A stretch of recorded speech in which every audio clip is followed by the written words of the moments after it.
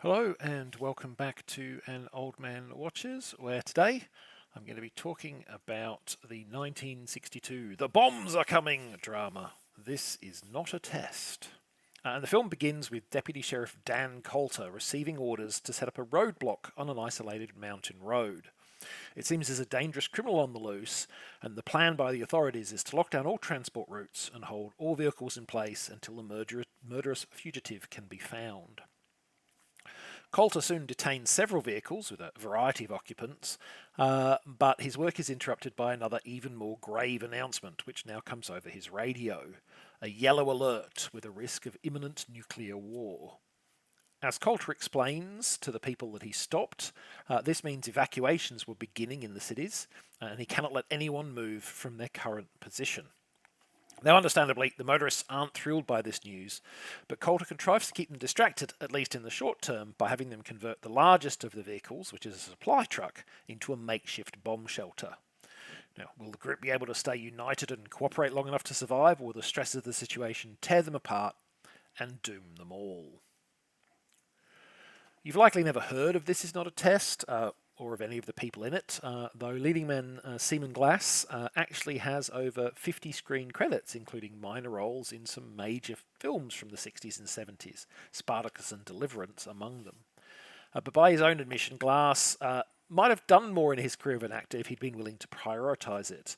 He preferred the financial security of working in the merchant marine and would regularly disappear for weeks or months on last-minute pierhead jumps.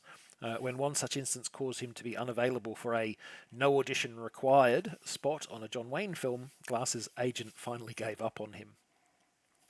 This Is Not a Test was one of Glass's earliest roles. The film has slipped into the public domain in the decades since its release, and as a consequence can be found on many cheapy DVD collections or for free download from the Internet Archive. So getting to see it is easy enough, but should you invest the 70 minutes to do so? Well, I wish I could say yes, because despite the film's often weak acting and occasional forays into sexism, I quite liked what it seemed to be trying to do. So, why don't we start with that?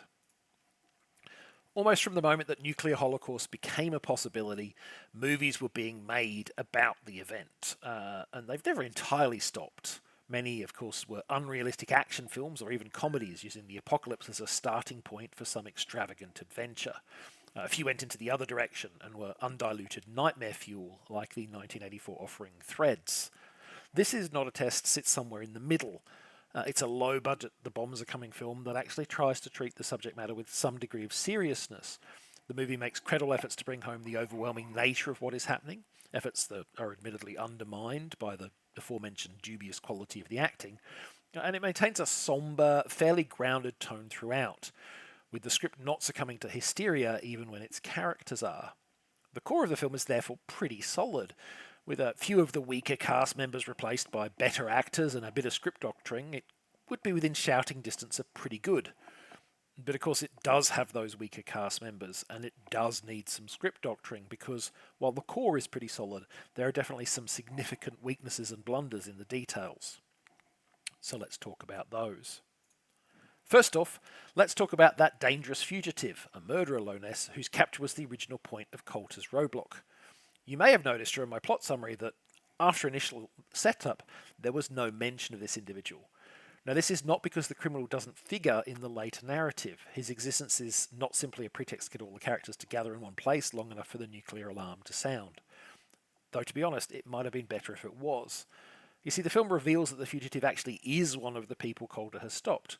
The wanted murderer manages to escape the deputy sheriff, however, running off into the surrounding woods where he lurks nearby but never really does anything that actually matters to the group or the plot. He just becomes this weird little adjunct to the story. Was the role originally planned to have greater significance and then cut down for some reason? I don't know for sure, but it certainly would be strange for the plan all along to be, let's introduce an apparent antagonist and then just kind of leave them cooling their heels over in the corner and never really interacting with anyone. It's a confused and confusing narrative choice. And it's not the only one. The film also makes some odd choices with its characterization. You see, as you might expect with a movie of this type, the travellers whom Coulter has stopped are something of a mixed bag. Setting aside the murderer, which we can because he soon runs off into the woods and plays no further significant part, we've got a pretty typical gaggle of character archetypes. There's the dutiful man of the law, the highly strong woman. 50s sexism was clearly still alive in 1962. The obnoxious loudmouth, and so on. Some of these are clearly people we are supposed to like, and some are not, but the movie doesn't always seem to be able to keep clear which is which. In particular, one of the drivers that Calder stopped is a local of the area, and for much of the film he is one of the sympathetic, cooperative characters who works well with the rest of the group. And then in the final act, he suddenly reveals that he knows of an abandoned mine in the area.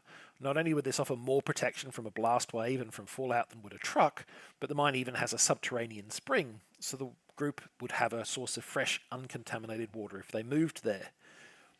So why is this apparent good guy not mentioned this earlier? No explanation is offered.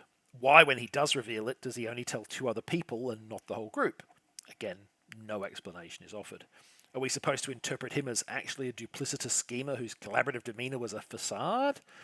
Well, there's just not enough to sell that idea if it was intended. And ultimately, this movie is let down by a lot of the details of its execution. But I still feel a measure of affection for it for all that, because it does feel like it's quite a sincere little film, even if it, doesn't always get its decisions right. Next time, something you're much more likely to have heard of than this film, the 2009 zombie comedy Zombieland. But that's next time. Until then, thanks for watching this video. I hope you enjoyed it, and in the unlikely event you've seen today's movie, let me know what you thought of it.